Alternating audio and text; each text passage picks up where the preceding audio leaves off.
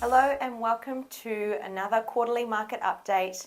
My name's Erin Coyle. I'm one of the financial advisors here at Strategy First Financial Planning, and I'm joined today by Dr. Steve Garth, who's the chair of our investment committee. Thanks for joining us today, Steve. Yeah, thanks, Erin. Well, what an eventful quarter it has been. The July to September of 2025 has been remarkable in a lot of ways for most investors' portfolios. So it's been a nice one to wrap up this quarter.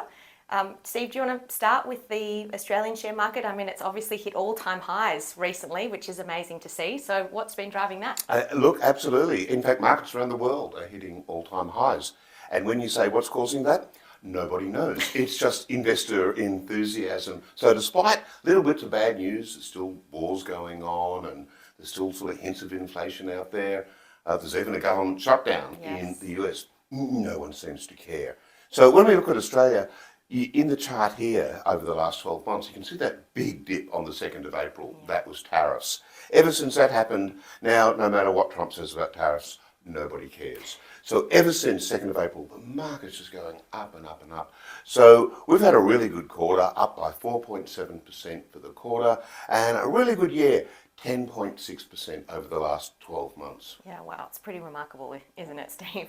And so around the world, not just in Australia, we've seen share markets right around the world hit record highs. Absolutely, and even though you thought Australia was good at 10.6, have a look at this. Now, the world index is up in Aussie dollars terms, 23%. And you know, Erin, for the last couple of quarters, we've been talking, well, the last couple of years, we've been talking about how the US has been driving it. But when you look at the chart here, it's actually even across the big markets and even the emerging markets up by 23%. And they've been a bit of a laggard for the last couple of years. So across the board, there's extraordinarily great returns. And so with emerging markets, obviously, as you said, it's been a bit of a laggard over the rest of the portfolio performance in recent times. What's been driving emerging market performance? Yeah, it's all got to do with China. China accounts about 30% of that emerging market index, which most funds sort of follow. And China actually has been in the doldrums for ages. It's one of the reasons why our mining sector hasn't been going very well. But now, China's on an absolute tear. It's up nearly 20% in the quarter and up 36% over the full 12 months. Now, that is kind of bubble material. That's even the remarkable. Chinese government are a little bit worried about this. They're trying to cool that down. So when I said nobody cares, the Chinese government cares about their stock market. They're going, that's going to end badly. Okay, so watch this space by the sounds of it. Watch that space, yeah. And what about in the fixed interest parts of the portfolio? Has that also performed as well as the share markets have? It has indeed. I mean, it's just great news all round. So as we know, we've seen some rate cuts in the US, and there's probably a few more to come in the US because their economy is a little bit slower. Bond yields have been coming down with interest rates. When bond yields come down, bond prices go up. And you can see in the chart we're showing quarter by quarter how the global bond fund has done. Yes. So certainly year to date, it's been a great return.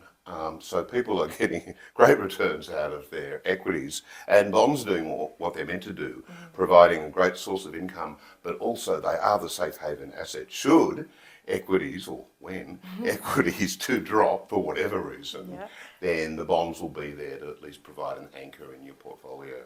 So Steve, the other asset class that has been getting a lot of attention in the media lately, and certainly we've been fielding lots of questions from our clients about, is gold. Gold is also sitting at record highs, particularly in recent months. What's been driving that? Yeah, well, it's been going on for a little while. It had a little bit to do with geopolitics earlier on. Gold is a safe haven asset. But what's been driving it more recently, and you can see in the chart here, Erin, is we're plotting gold going up and up and up, 45% over 12 months. But against that, I'm also plotting the US dollar index, which is how the US dollar goes against a basket of other currencies. Right. We're kind of a small part of that, but other major currencies are in there.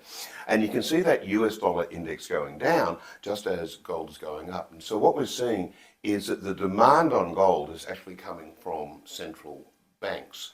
And so a lot of central banks or other countries are getting a little bit nervous about, believe it or not, the stability of the US and whether the US really is a safe haven asset.